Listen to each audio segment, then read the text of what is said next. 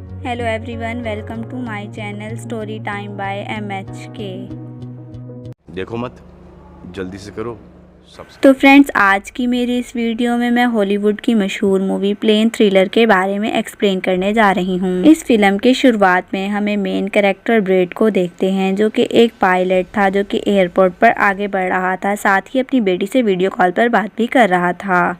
वो इसे कहता है कि मैं काम ख़त्म करके जल्द ही तुम्हें मिलने आऊँगा, जिसे सुनकर इसकी बेटी खुश हो जाती है। इसके बाद ब्रेड पायलट वाले कैबिन में आकर अपने साथी पायलट से मिलता है और दोनों अपने अपने बारे में बातें करने लगते हैं। फिर ब्रेड को बाहर बुलाया जाता है। एक ऑफिसर इसे बताता है कि इमरजेंसी की वजह से तुम्हें एक कातिल को अपने साथ ले जाना होगा, जो बहुत ही ताकतवर है, जिसका नाम है टोनी। ये जिम्मेदारी हम तुम्हें इसलिए दे रहे हैं क्योंकि तुम काफ़ी समझदार हो, जिस पर वो मान जाता है और अपने प्लेन के बाकी स्टाफ से आकर मिलता है। और ये लोग मुसाफिरों के बारे में बात करने लगते हैं कि बस सब आ गए हैं कि नहीं। और जैसे ही सारे मुसाफिर आकर प्लेन में बैठ जाते हैं तो ये लोग फौरन अपनी उड़ान भरते हैं। ब्रेड अपने साथी पायलट को बताता है कि मैं अपनी बेटी से बहुत प्यार करता हूँ और बहुत जल्द इससे मिलने वाला हूँ। हमारा एक दूसरे के अलावा गुजारा नहीं है। और ये लोग रात तक इस प्लेन में सफ़र करते रहते हैं, लेकिन तभी अचानक मौसम बिगड़ने लगता है, जिस वजह से ब्रेड परेशान नजर आता है क्योंकि इसे कुछ नजर नहीं आता। वो सभी मुसाफिरों को सीट बेल्ट बांधने के लिए कहता है। रेडियो के जरिए वो अपने सेंटर से बात करने की कोशिश भी करता है, पर इसकी बात नहीं हो पाती क्योंकि आहिस्ता आहिस्ता यहाँ के सारे रेडियोस काम करना बंद कर देते हैं। अब तभी अचानक बिजली का तेज झटका प्लेन से आकर लगता है, जिस वजह से प्लेन हिलने लगता है। ब्रेड को फिक्र होने लगती थी, इसलिए वो सारे मुसाफिरों को देखने जाता है। तभी इसे सुकून की सांस आती है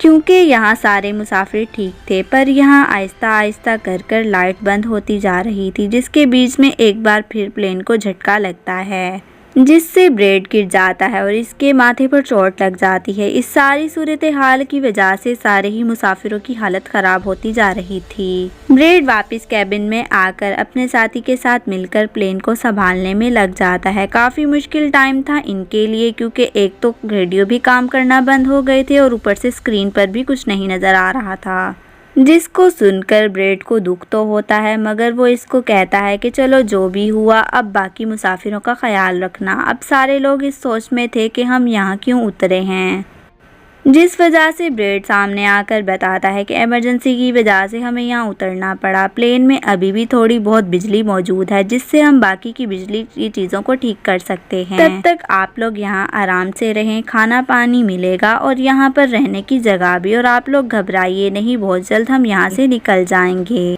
इधर प्लेन कंपनी के मालिक की मुलाकात एक्सपर्ट से होती है, जो ऐसे लोगों को खोज निकालने का काम करते हैं जो मुश्किल में फंसे होते हैं। कंपनी का मालिक कहता है कि मुझे मेरे प्लेन की सारी डिटेल्स, जैसा कि वो कहाँ हैं, अगले वर्कर्स, मुसाफिरों की सबकी अपडेट्स चाहिए।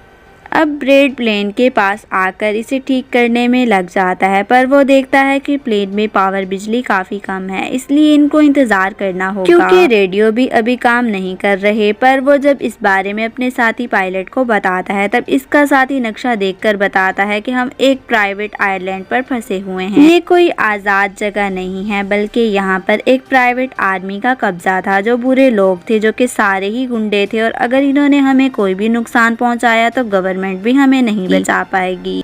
जो सुनकर ब्रेड कहता है कि जैसा भी करें, हम अपने रेस्क्यू टीम को बुलाना पड़ेगा ताकि हम आकर हमको वो बचा लें, क्योंकि यही एक रास्ता है हमें यहाँ से निकलने का।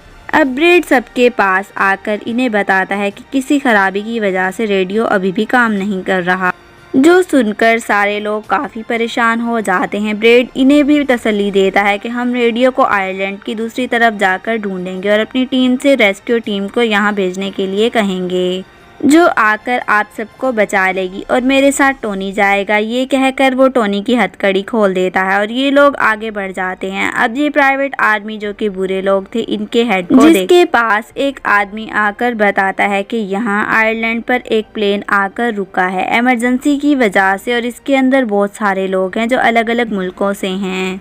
जो सुनकर प्राइवेट आर्मी का हेड इसे पैसे देता है इस इंफॉर्मेशन के, और वो फौरन अपनी टीम को तैयार होने का कहता है, क्योंकि शायद ये लोग इन्हें लूटने के इरादे से जाने वाले।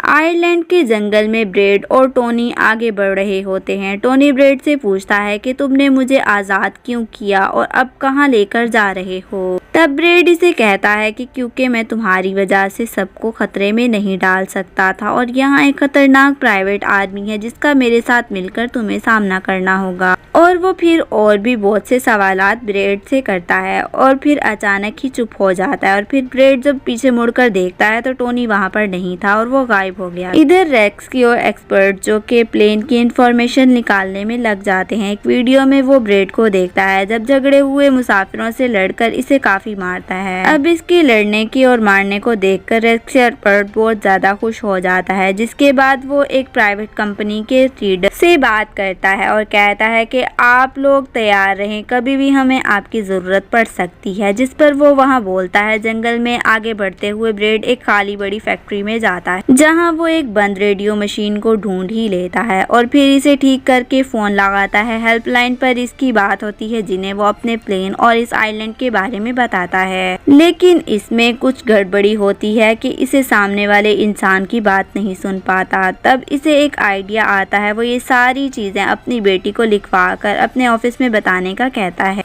अब जब एक आदमी अगर ब्रेड पर हमला कर देता है तो वो इसे पकड़कर काफी मारता है और इसे बेहोश कर देता है। तभी ब्रेड को महसूस होता है जैसे इस कमरे में कोई आ रहा है, इसीलिए जल्दी से वो छुप जाता है। पर वहाँ और कोई नहीं बल्कि टोनी था जिसने सारे गुंडों को मारकर इनके हथियार लिए थे और वो ब्रेड को आवाज लगाने लगता है। और जब ब्रेड सामने आता है तो कुछ हथियार वो इसे भी दे देता है। इसके बाद ये दोनों नीचे की तरफ आने लगते हैं। तब यहाँ इन्हें एक कैमरा मिलता है जिसमें चलती वीडियो से इन्हें पता चलता है कि वो खतरनाक प्राइवेट आर्मी या आने वाले लोगों को अगवा कर लेते हैं और फिर इन लोगों की फैमिली से अच्छी खासी रकम लेते हैं। इन्हें छोड़ने के बदले वो देखकर वो दोनों समझ जाते हैं कि हमारे मुसाफिर भी खतरे में हैं। अब ये दोनों बाहर खड़ी गाड़ी में आकर बैठ जाते हैं और अपने मुसाफिरों की तरफ जाने लगते हैं। जब वो सारे मुसाफिर बैठ जाते हैं तो सामने इन्हें गाड़ी की आवाज आती है जिसे सुनकर वो खुश हो जाते हैं कि ब्रेड आ गया है। ये वो ब्रेड नहीं बल्कि प्राइवेट आर्मी होती है। वो गोलियां चलाकर इन लोगों की तरफ बढ़ रहे होते हैं। इन गोलियों की आवाज ब्रेड और टोनी ने भी सुन ली थी। वो फौरन से गन पॉइंट पर गुंडों को ले लेते हैं। बहुत ज्यादा लड़ाई होने के बाद इन्हें पता चलता है कि गुंडों ने ब्रेड की टीम को खाली फैक्ट्री में छुपा रखा है। वो दोनों वहाँ पर पहुँच जाते हैं और गुंडों पर गोलियां चलाने लगते हैं और आखिरकार गुंडे मर जाते हैं और ब्रेड इसी टीम को बचा लेता है। इनको बताता है कि कुछ ही देर में वो लोग जहाज की उड़ान भरेंगे। टोनी भी इनसे लड़ता है जिसकी वजह से ब्रेड देखकर बहुत खुश हो जाता है और प्लेन उड़ा लेता है और सभी लोग अपनी जान बचा लेते हैं और खुश हो जाते हैं। और इधर रेस्क्यू एक्सपर्ट सारा कुछ देख रहा होता है और इसके ऑफिसर भी बहुत खुश हो जाते हैं। यूं ही ब्रेड अपनी टीम को बचा लेता है और अपनी बेटी से बात करता है जो कि ये जानकर खुश होती है कि इसके डैड जिंदा हैं और कहानी हमारी यहीं पर खत्म हो जाती है। तो फ्रेंड्स, आपको ये हमारी मूवी कैसी लगी हमें कमेंट बॉक्स में लाजमी बताएं। मिलते हैं अगली वीडियो में। Thanks for watching. Allah Hafiz.